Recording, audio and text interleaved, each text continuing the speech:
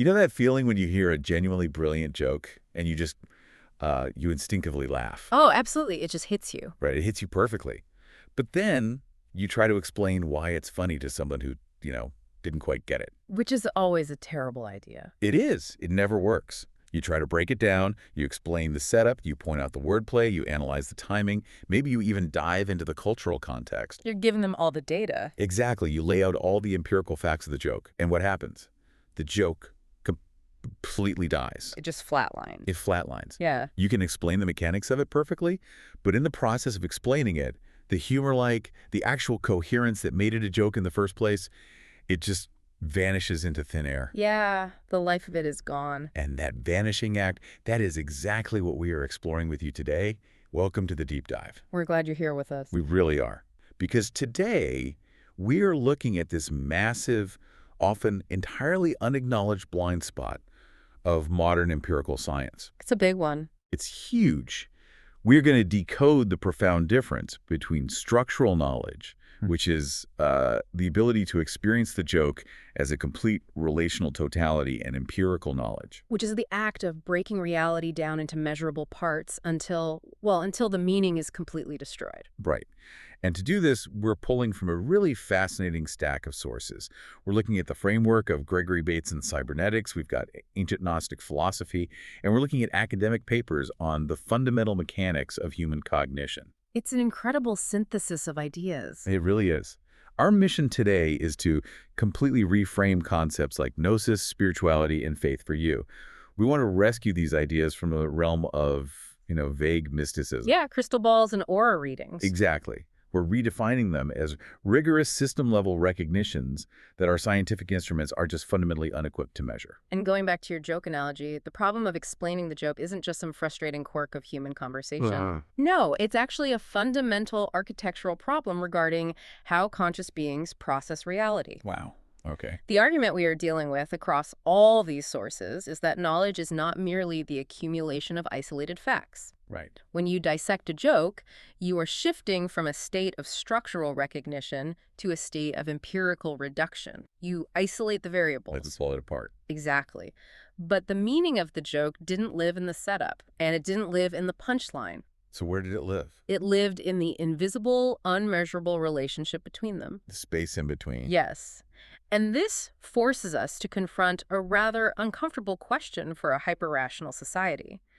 How do we categorize and validate knowledge when the truth of a phenomenon exists entirely in the relationships rather than in the measurable components? Okay, let's unpack this because that is a massive question. And to understand why it's so difficult to answer, we really have to look closely at our primary tool for interacting with the world. Empirical measurement. Right? Empirical measurement. We need to examine the mechanisms of why it works so brilliantly for certain tasks, but then why it spectacularly fails when applied to others. And Gregory Bateson's work in cybernetics is really the perfect starting point for this. It really is.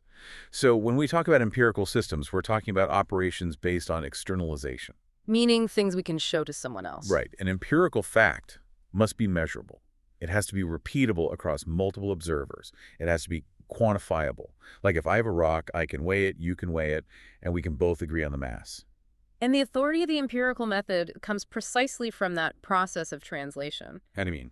Well, it forces localized observation into a universal, shared, testable form. It builds consensus. Because everyone can see the scale. Exactly. But Bateson, who he was a foundational figure in cybernetics, which emerged from the famous Macy conferences in the 1940s, alongside thinkers like Norbert Wiener and John von Neumann, he realized something critical. What did he realize? He realized that focusing strictly on the rock was leading us into an epistemological dead end. A dead end. Because we're missing the forest for the trees, basically. Essentially, yes. Cybernetics formalizes the study of complex systems, looking at how biological, social, and mechanical entities regulate themselves through feedback loops. Right. And Bateson argued that in a complex system, the material parts are actually secondary. Wait, the physical stuff is secondary? Yes. What matters is the flow of information, and he had this famous definition. He defined information as a difference which makes a difference. A difference which makes a difference. I love that. It's brilliant. Meaning is generated by constraint. It arises from difference and relation. So the context isn't just the background setting where the real action happens. No, the context is the structure. Okay, that phrase meaning arises from difference, relation, and constraint that forces a total perspective shift. It really does. It implies that the space between the physical objects in a system is actually the primary driver of reality, not the objects themselves. To give you a concrete example, if you look at an ecosystem, a single wolf is an empirical fact. Right. It's an animal standing right there. Exactly. You can weigh the wolf, you can sequence its DNA, you can measure its bite force. You have all the facts about the wolf. But a single wolf does not exist in a vacuum. Its meaning, its function, is defined by its relationship to the deer population, Which is defined by the vegetation. which is defined by the soil microbiota and the rainfall. It's all connected. It's a massive web. And Bateson pointed out that when you apply standard empirical reductionism to a complex system like this, you commit a fundamental error. Because you're isolating it. Right. If you remove the wolf from the forest and put it in a sterile laboratory to study it, what remains is highly analyzable, sure, but it is no longer fully intelligible. You've stripped away the relational constraints that gave the wolf its systemic meaning. Exactly. The relationships that sustain the coherence of the ecosystem are severed. You've broken the web. You have. You are left with a biological machine that can be rigorously tested, but you are no longer studying the system. Okay, but I'm going to push back on this for a second on behalf of you listening. Because, wait, isn't breaking things down exactly how we figure out how the universe works? It's a fair question. I mean, that's the whole basis of the scientific method. Yeah. How did empirical science manage to build modern medicine or put a rover on Mars or sequence the human genome if isolating parts is such a big error? Right, you can't just write off reductionism. Exactly. Isolating variables clearly yields massive, undeniable structural results. We figured out how bacteria cause infection by isolating them in petri dishes, not by looking at the holistic vibe of the hospital. And that's exactly why we have to draw a critical boundary line here. There is a huge difference between the complicated and the complex. Complicated versus complex. Okay, break that down for us. Putting a rover on Mars is a complicated problem. It involves millions of distinct parts thrusters, solar panels, navigation algorithms. Tons of pieces. But those parts interact in linear, predictable ways. You can isolate a thruster, test it in a vacuum chamber, understand its thrust-to-weight ratio perfectly. And then just plug it back into the rover. Yes, knowing exactly how it will perform. Reductionism is the ultimate tool for complicated mechanical systems. Okay, that makes total sense. But an ecosystem, or a human consciousness, or a culture, those are complex systems. And they behave differently. Very differently. Complex systems are characterized by nonlinear dynamics, emergence, and recursive feedback loops. So the parts are constantly changing their behavior based on what the other parts are doing. Precisely. Think of it like a frog. A frog. Yeah, if you dissect a frog to understand how it leaps, you can map the muscle fibers, the tendons, the bone density. You can gather a literal mountain of factual content. But the leak itself does not reside in the leg muscle. Right. The leap is an emergent property. It's the relationship between the frog's optical nerve perceiving a predator, the neurological spark, the tension in the fascia, the gravity of the earth, and the friction of the lily pad. Oh, I see. The moment you cut the frog open to measure the parts, you destroy the relational totality. The leap is gone. You killed the frog. You did. You possess the facts, but you have lost the structure. Furthermore, cybernetics posits that the observer is never truly outside a complex system. What do you mean by that? When you observe a complex social or psychological dynamic, your very presence alters the feedback loops. Like quantum physics? Kind of. The observation changes the outcome. Exactly. Empirical reduction demands an objective, detached observer measuring isolated elements.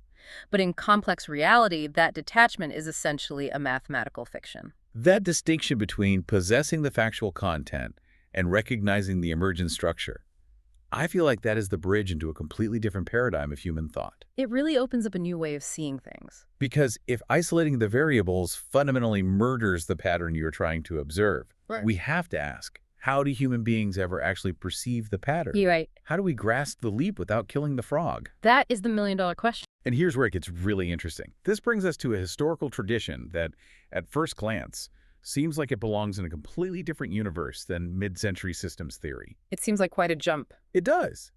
But it is actually addressing the exact same architectural problem of perception. We are talking about Gnosticism. And it is a remarkable convergence of ideas. Gnosticism, which flourished in the early centuries of the Common Era, is often dismissed today, Yeah, people think of it as a collection of esoteric, mystical cults obsessed with secret knowledge. nor complex mythologies. But if you strip away those mythological narrative layers and you examine the core epistemology of the texts found at Nag Hammadi, you find something incredible. A highly sophisticated framework for structural recognition. Exactly. Early Orthodox Christianity, which eventually won the historical battle, was largely building an empirical, literalist framework. They focused on historical events, literal bodily resurrections, specific geographical miracles. Right. And the Gnostics, particularly followers of teachers like Valentinus, viewed that approach as tragically reductive. Like dissecting the frog. Exactly, like dissecting the frog. They argued that focusing on the literal material outputs completely missed the entire point. And this brings us to the word itself. The word gnosis is almost always translated in modern discourse as spiritual knowledge, which, let's be honest, carries a ton of baggage. It really does. It sounds like crystals, aura reading, or claiming you have a secret telepathic connection to the universe. But that's not what it meant. Not at all. Within its proper historical and philosophical context, gnosis is defined explicitly as a non-empirical mode of knowing. And non-empirical does not mean vague or fuzzy or ungrounded. Right. It means the direct internal apprehension of underlying structure. The Gnostic texts contrast the material world of discrete, measurable objects with the pleroma. The pleroma. Yes, the divine fullness or the ultimate interconnected totality. And they often attributed the material, measurable world to a flawed, lower creator deity called the demiurge. Okay, the demiurge. So the demiurge is, in a metaphorical sense, the ultimate empirical reductionist. That's a great way to put it. He creates a world of isolated parts, totally blind to the relational harmony of the whole. He's just sorting the Lego bricks by color without seeing the castle. Exactly. So gnosis, therefore, is not the acquisition of new secret facts. It is a cognitive shift. It's waking up. It is waking up from the illusion of separateness and directly perceiving the logos. Okay, we need to unpack the logos because that is a heavyweight philosophical term. It's a big one. Tracing it back to Heraclitus and the Stoics, the logos isn't like an old man in the sky dictating rules. No.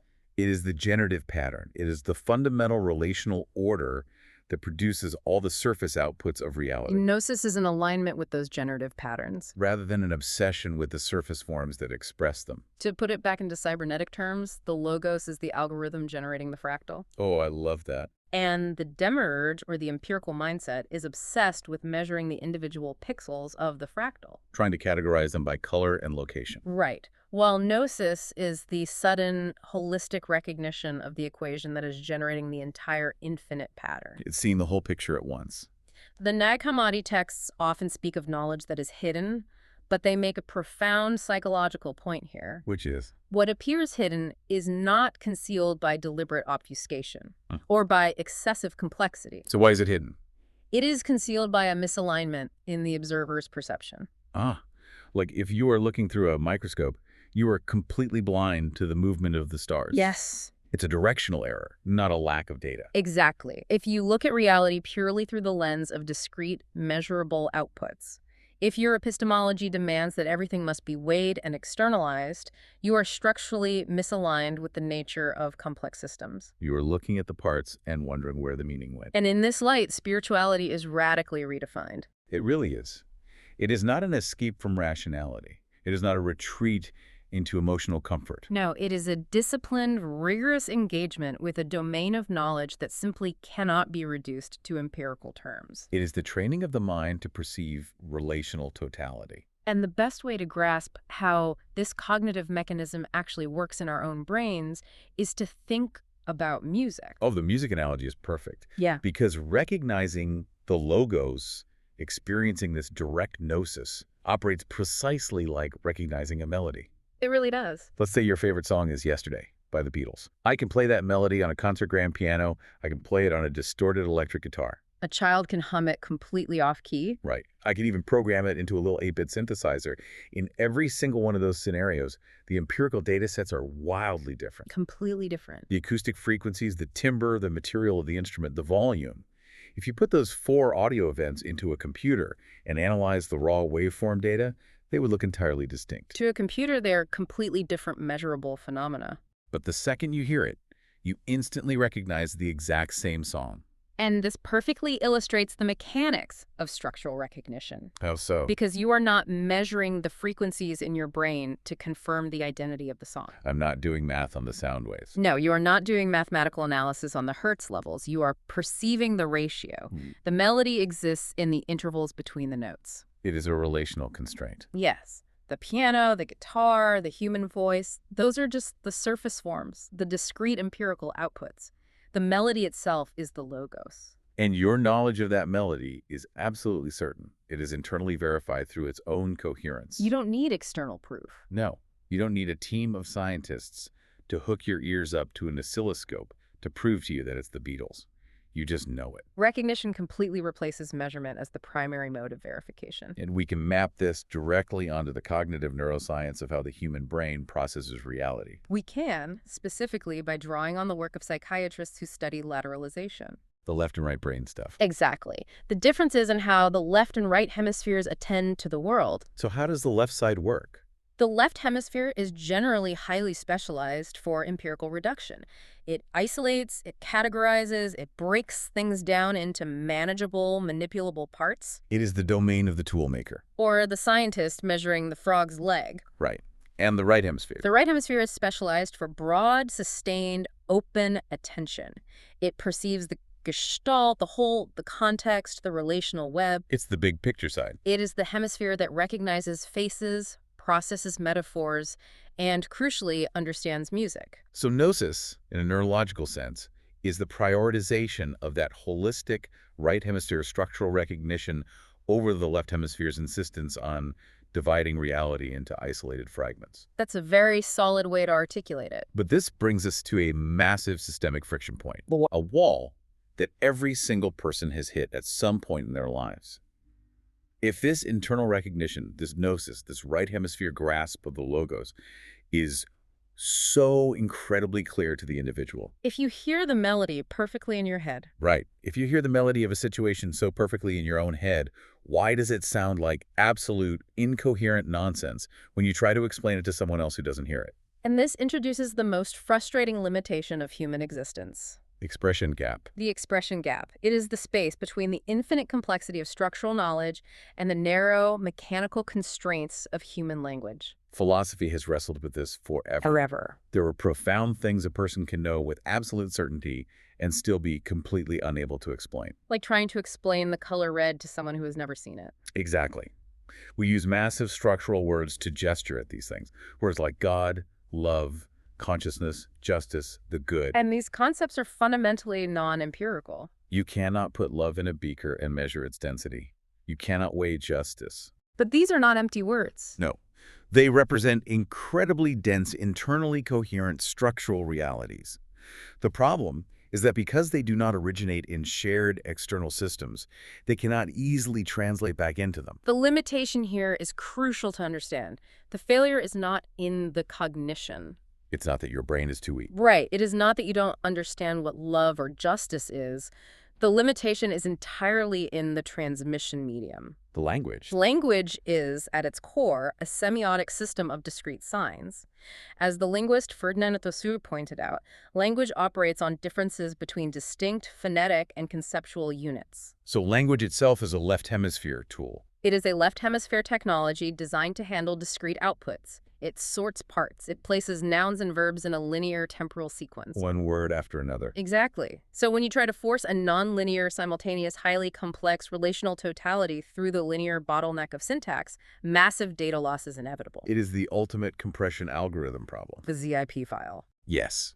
Imagine you have this massive, breathtaking, deeply emotional 4K movie. It has surround sound, incredible color depth, thousands of frames of visual information. The masterpiece. A masterpiece. Now, imagine you are forced to compress that massive file into a tiny, rudimentary ZIP file so you can send it over a 1990s dial-up modem. It's not going to fit. It physically cannot fit. Yeah. The transmission format, which is human language, literally does not have the bandwidth to hold that much relational data. So the compression algorithm strips out the nuance. It drops the frame rate to 3 frames a second. It flattens the millions of colors into an 8-bit grayscale. It forces this massive relational totality into discrete, manageable, transmission-friendly blocks. And what comes out the other end? Sure. A pixelated, blocky, disjointed mess that is completely unrecognizable from the original masterpiece. Information theories, which was pioneered by Claude Shannon, models this exact dynamic. Really? How so? In the Shannon-Weaver model of communication, you have an information source, an encoder, a channel, a decoder, and a destination. The problem with structural knowledge is that the encoder, our linguistic capacity, is fundamentally mismatched with the complexity of the source. The source is the 4K movie. The encoder is the dial-up modem. Yes. When structural knowledge is forced into empirical linguistic form, it fragments. And the tragic part is, if the person on the other end of that dial-up modem only ever sees the pixelated, glitchy ZIP file, they don't say, oh, the compression algorithm of language must have degraded a beautiful movie. No, they blame the movie. They naturally assume the movie itself is terrible. Or worse, they assume you are crazy for thinking it was a masterpiece in the first place. And this raises an important question. This is the root of a persistent, systemic, cultural misunderstanding. Because we live in such a hyper-rational society. We do. We have modeled all of our institutions on the success of empirical science. And because of that, we have adopted a deeply flawed bias. We treat the failure of transmission as a failure of the knowledge itself. Exactly. If something cannot be empirically demonstrated, graphed, or articulated in a perfectly logical linear sequence, it is treated as if it is not known. If you can't prove it, it's not real. But an inability to articulate a complex system is not an absence of knowledge. It is simply knowledge that does not pass through empirical systems without severe degradation. But practically speaking, society literally runs on the idea of show your work. It absolutely does. I mean, from third-grade math to the corporate boardroom to academic peer review, if I'm in a strategy meeting and I say I have a brilliant paradigm-shifting idea for the company's future, but I can't put it into a PowerPoint. If you can't build the deck. Right. If I can't chart the precise return on investment, if I can't list the discrete operational steps, my CEO doesn't look at me and say, what profound structural knowledge you possess. Not a chance. No. My CEO assumes I'm an idiot who doesn't actually have a plan. We are relentlessly conditioned to believe that if you can't demonstrate it, you don't know it. And that expectation is a bias of our current tools, not a reflection of reality.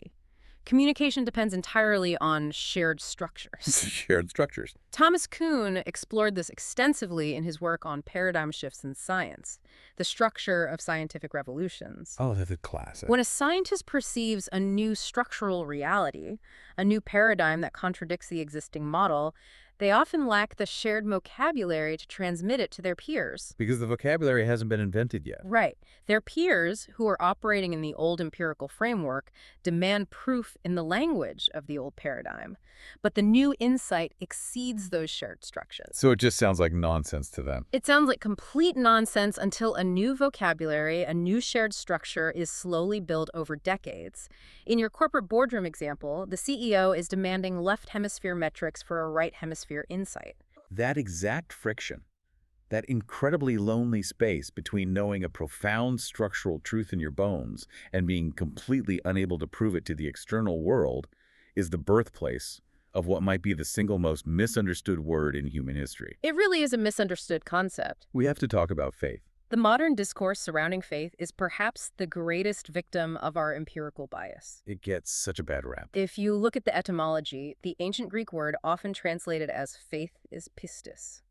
In classical rhetoric and early philosophy, pistis was closely related to trust, confidence, and structural alignment. But that's not how we use it today. No, over the last few centuries, particularly since the Enlightenment, as empirical science became the sole arbiter of truth, the definition of faith was warped. Totally distorted. Today, it is overwhelmingly dismissed by secular culture as sheer irrationality. It is defined colloquially as belief in the absence of evidence, or worse, belief despite contrary evidence. People treat faith like it's a cognitive blindfold. Like you're just ignoring reality. Right. The assumption is that you are standing in the dark, you have no facts, you have no scientific proof, you have no logical framework, so you just throw your hands up and say, well, I guess I just gotta have faith. It's viewed as intellectual laziness. An escape hatch for when you run out of data. But that view is a massive category error. When you map the epistemology we've been discussing onto the concept of faith, a completely different, highly rigorous definition emerges. Which is, Faith is not the absence of knowledge. It is the act of holding on to what one understands, even when that understanding cannot be externally validated or empirically transmitted. it is epistemic alignment with the logos. Yes. It is the refusal to let the glitchy ZIP file convince you that the 4K movie wasn't real. That is a perfect way to conceptualize it. Yeah. Let's look at how this plays out in the history of science itself. Consider the mathematician Srinivasa Ramanujan. Oh, his story is incredible. It really is. He possessed an almost supernatural structural intuition for mathematics. He would formulate incredibly complex, groundbreaking theorems and equations. But he didn't do the proofs. Right. When he brought them to the academic establishment at Cambridge, to figures like G.H. Hardy, they demanded the empirical proof. They demanded the step-by-step, linear, discrete, logical progression. Show your work. Exactly. And Ramanujan often couldn't provide it. He said the formulas came to him holistically, sometimes attributing them to a Hindu goddess. He just saw the whole picture. He had direct structural recognition. Hardy had to spend years helping him translate that structural knowledge into the empirical language of mathematical proofs. So before those proofs were written, Ramanujan didn't just have blind belief. No, he did not have blind belief in his equations. He had knowledge. And his persistence in those equations, despite the initial inability to satisfy the empirical demands of his peers, was an act of profound structural faith. So faith is the bridge over the expression gap. Exactly. It operates precisely where empirical verification fails. Science gets its authority by translating knowledge into shared, universally accessible forms. But faith is the disciplined position a person holds when they hear the melody, when they understand the relational totality of a complex system, but they lack the instruments to record the sound waves to prove it to the room. We must draw a sharp distinction between propositional belief and structural faith, then. It's crucial. Propositional belief is empirical. Like what? If I say, I believe there is a teapot orbiting Mars, that is a proposition. It is either empirically true or false.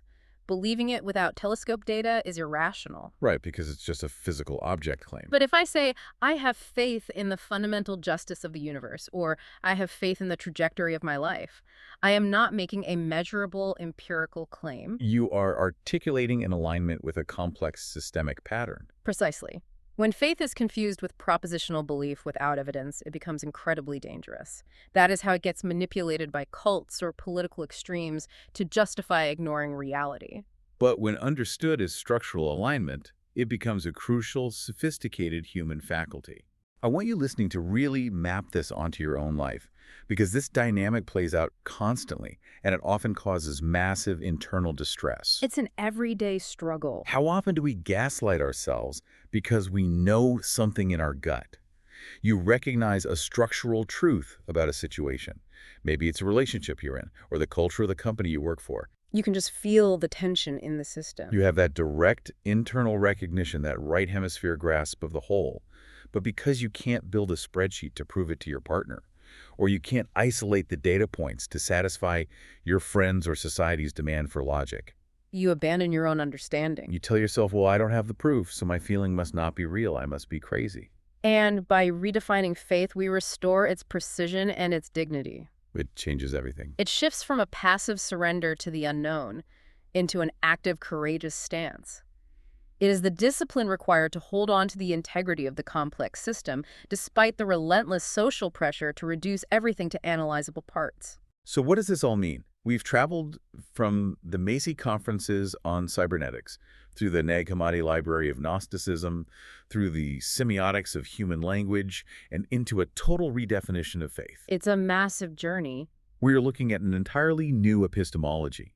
But philosophical frameworks are really only as good as their utility. Right. How does this help us? How does this actually change the way we operate in the world tomorrow morning?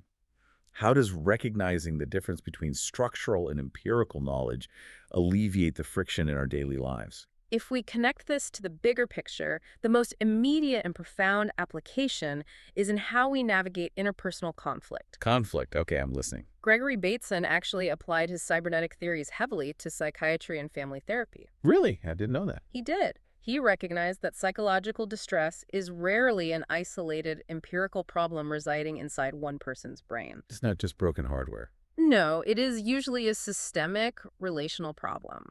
Think about the concept of the identified patient in family therapy. What's up? A family brings a rebellious teenager to a therapist saying, "Fix this broken part. He is the problem." They want an empirical reductionist solution. Just fix the kid. But a systemic therapist realizes the teenager's behavior is just a feedback loop. It's a symptom of the relational dysfunction between the parents, the history, the environment. The truth is in the structure, not the part. Exactly. Oh, this maps so perfectly onto the classic couples argument. Oh, absolutely. It happens in every household. Yeah. One person comes to the argument armed with a spreadsheet of empirical facts. I did the dishes on Tuesday. I took the kids to school on Thursday. I paid the electric bill on Friday. They have all the data points. They have isolated, measurable, repeatable data points. And the other person sits there and says, yes, but I feel completely unsupported in this marriage. And the first person just loses their mind. How can you feel unsupported? Look at the data. The data proves I am supporting you. And that argument will spiral into mutual resentment forever.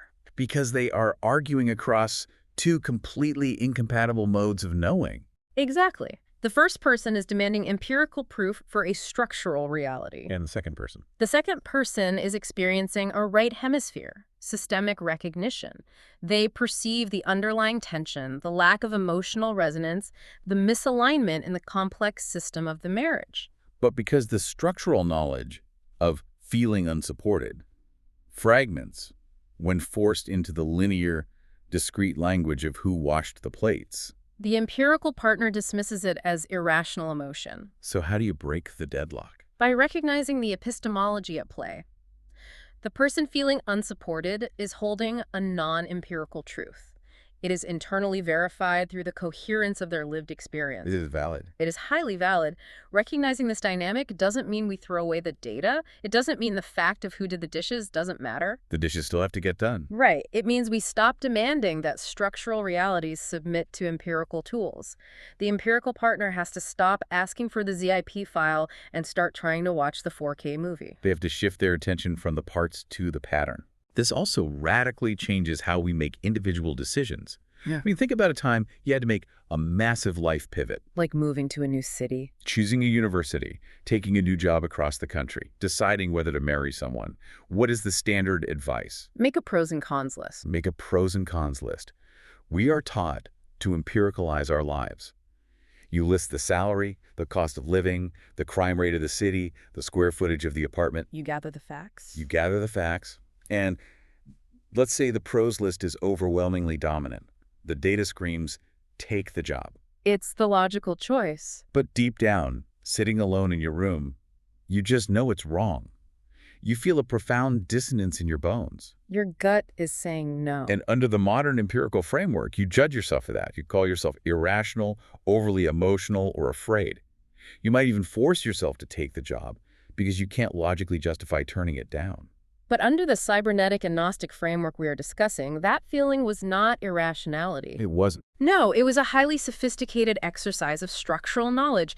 You were recognizing the logos of your own life. Wow. Your right hemisphere was perceiving that this new job, despite having excellent, isolated, measurable parts, was fundamentally misaligned with the generative pattern of who you are and where you are going. So your refusal to take the job, despite the data, is an act of epistemic faith. It is trusting the melody over the sheet music. Trusting the melody over the sheet music. That is beautiful. And this leads to the ultimate conclusion of this deep dive. By elevating structural recognition, gnosis, and faith to their proper, rigorous standing, we are absolutely not discarding science. We're not throwing out the scientific method. Not at all. We're not abandoning data or logic or reason. We are simply defining their boundaries. Science is the most powerful tool humanity has ever created for understanding the parts. And structural recognition is how we understand the whole.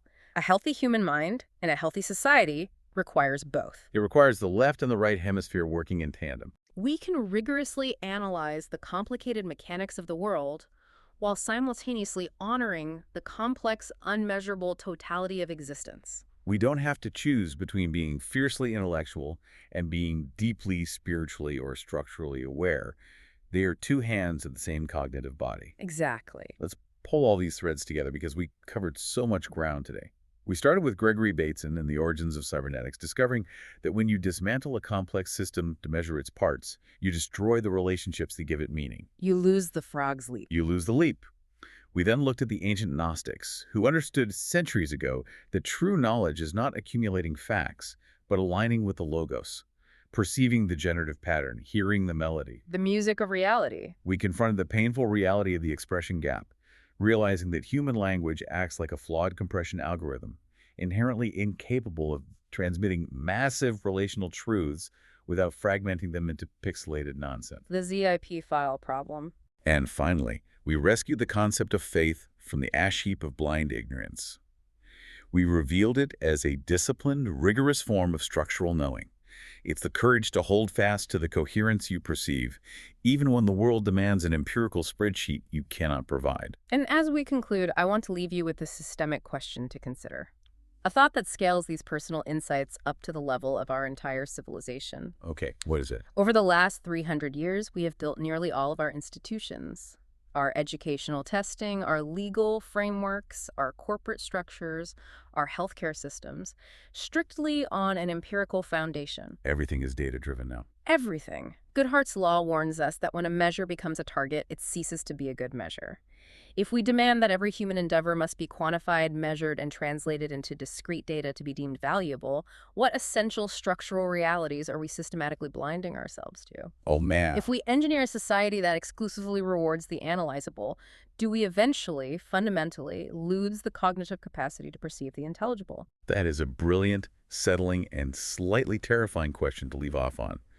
If we only look at the pixels, we might forget the picture even exists. Thank you for taking the time to explore this incredibly dense, profound territory with us today. It's been a real pleasure. We appreciate you being part of the conversation. Until next time, keep looking for the structure, and don't let anyone tell you the melody isn't real just because they can't measure the sound waves. Yeah.